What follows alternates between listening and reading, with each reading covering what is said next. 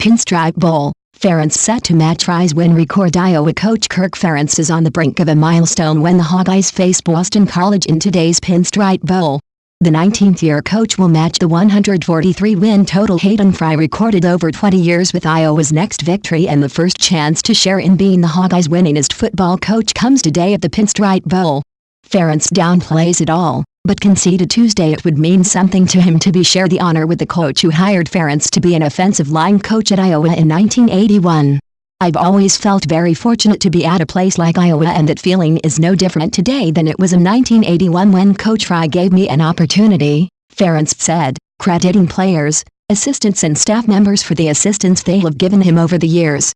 Things started modestly. Ferentz won just one of his first 16 games as Iowa's head coach after being selected to replace Fry in 1999, and Boston College coach Steve Addazio said Ferentz's longevity and consistency are among the reasons he respects the Iowa coach. "You don't find people in the business who have anything bad to say about him, and in this business, that's unbelievable," Addazio said. Ferentz quickly tried to change the subject. "You guys are making me feel old," he said. Bell cow. Iowa's Josie Jewell, Josh Jackson and Sean Welsh joined three Boston College players in getting trading started at the New York Stock Exchange on Tuesday. They sounded the opening bell on Wall Street early Tuesday morning, joining coaches Kirk Ferentz of Iowa and Steve Addazio of Boston College and Pinstripe Bowl officials on a balcony overlooking the trading floor to sound the bell that traditionally begins the day's activities on Wall Street. "Just like ringing a bell back on the farm," said Jewell, raised on a farm near Decorah, Iowa, where his family raises cattle and turkeys.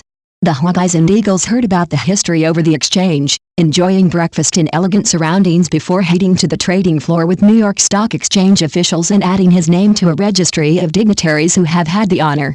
Jewell, who graduated from Iowa on December 16 with degrees in business and environmental studies, was impressed by the surroundings, telling Jackson and Welsh as they left the facility, "That was pretty cool." Special finish. Ferentz and Addazio, participating in a news conference Tuesday afternoon at Yankee Stadium, agreed that special teams might be the difference between two teams built to run the football and stop the run. "Creating field position is a huge deal, especially when you want to run the football and play great defense," Addazio said. Ferentz said Iowa must do a good job of limiting opportunities for the Eagles' Michael Walker, who leads the Atlantic Coast Conference with an average of 13.7 on punt returns and rates 5th in the league in kick returns at 24.3 yards on 31 returns. "There are a lot of things on our checklist, but the first thing that comes to mind is their return guy," Ferentz said. Bright lights, the black and gold colors of Iowa and maroon and gold worn by Boston College athletes, shined above New York City on Tuesday night. The lights on the Empire State Building were decked out in the school colors of the two universities to honor the participants in the Pinstripe Bowl. Missing end. Boston College will again be without one of its top defensive players in its game against Iowa. Harold Landry, a third-team All-ACC selection at defensive end, will not play in the Pinstripe Bowl because of ankle injury, which has kept him out of the Eagles' last 4 games. "He just couldn't get his ankle right," Boston College coach Steve Addazio said. "He won't be with us against Iowa."